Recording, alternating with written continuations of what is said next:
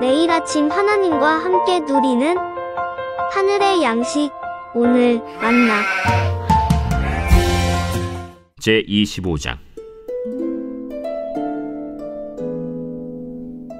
다윗이 군대 지휘관들과 더불어 아삽과 헤만과 여두둔의 자손 중에서 구별하여 섬기게 하되 수금과 비파와 재금을 잡아 신령한 노래를 하게 하였으니 그 직무대로 일하는 자의 수효는 이러하니라. 아삽의 아들들은 삭굴과 요셉과 느다냐와 아사렐라니, 이 아삽의 아들들이 아삽의 지휘 아래 왕의 명령을 따라 신령한 노래를 하며, 여두둔에 이르러서는 그의 아들들 그달리아와 스리와 여사야와 시므이와 하사랴와 맏디디아 6사람이니 그의 아버지 여두둔의 지휘 아래 수금을 잡아 신령한 노래를 하며 여호와께 감사하며 찬양하며, 헤만에게 이르러는 그의 아들들 붓기야와 마따냐와 우시엘과 스브엘과 여리못과 하나냐와 하나니와 엘리아다와 깃달디와 로맘디에셀과 요스브가사와 말로디와 호딜과 마하시옷이라. 이는 다 헤만의 아들들이니 나팔을 부는 자들이며, 헤만은 하나님의 말씀을 가진 왕의 선견자라. 하나님이 헤만에게 14아들과 3딸을 주셨더라.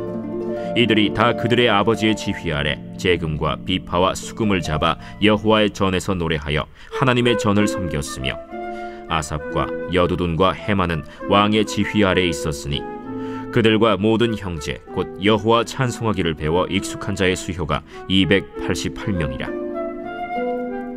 이 무리에 큰 자나 작은 자나 스승이나 제자를 막론하고 다같이 제비 뽑아 직임을 얻었으니, 첫째로 제비 뽑힌 자는 아삽의 아들 중 요셉이요, 둘째는 그달리아이니 그와 그의 형제들과 아들들 12명이요, 셋째는 삭굴이니 그의 아들들과 형제들과 12명이요, 넷째는 이스리이니 그의 아들들과 형제들과 12명이요, 다섯째는 느다냐니 그의 아들들과 형제들과 12명이요, 여섯째는 붓기야니 그의 아들들과 형제들과 12명이요, 일곱째는 여사렐라니 그의 아들들과 형제들과 12명이요, 여덟째는 여사야니 그의 아들들과 형제들과 12명이요, 아홉째는 마따냐니 그의 아들들과 형제들과 12명이요, 열째는 시므이니 그의 아들들과 형제들과 12명이요, 11째는 아사렐이니 그의 아들들과 형제들과 12명이요, 12째는 하사랴니 그의 아들들과 형제들과 12명이요,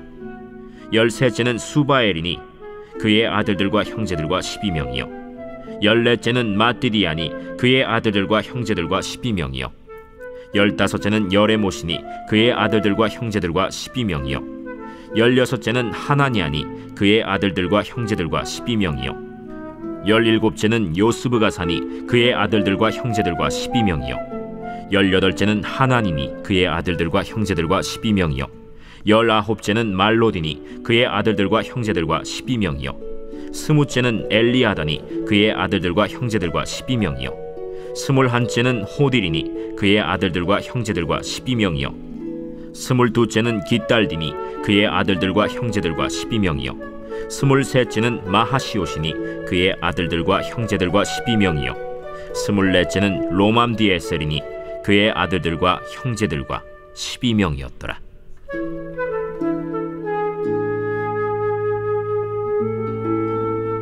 오늘 말씀은 어제 아론의 자손들에 이어서 다시 레위 사람으로 돌아와 그들을 소개하는 본문입니다. 특별히 레위 사람들 중에서 찬송을 맡은 사람들을 소개하고 있습니다. 1절에 이렇게 이야기합니다.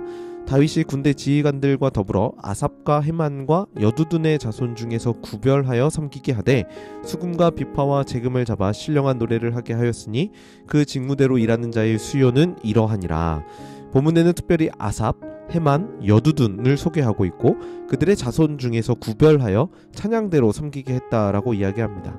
그래서 2절에는 아삽의 자손들을 소개하고 그들이 신령한 노래를 하며 라고 그들을 소개합니다. 또한 3절에는 여두둔의 자손들을 소개하면서 신령한 노래를 하며 여호와께 감사하며 찬양하며 라고 이야기하죠.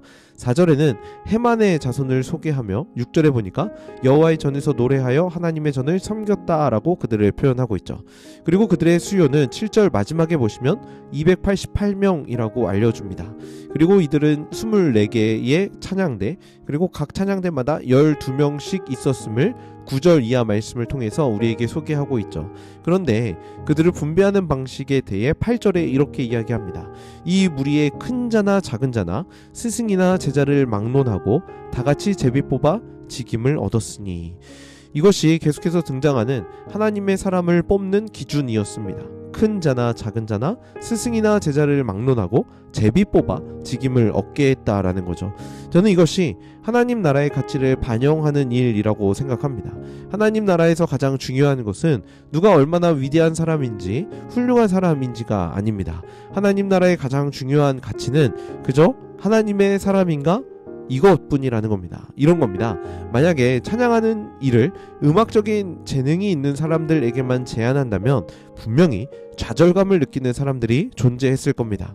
하나님 나라의 공동체의 소외라는 개념은 맞지 않다라는 거죠.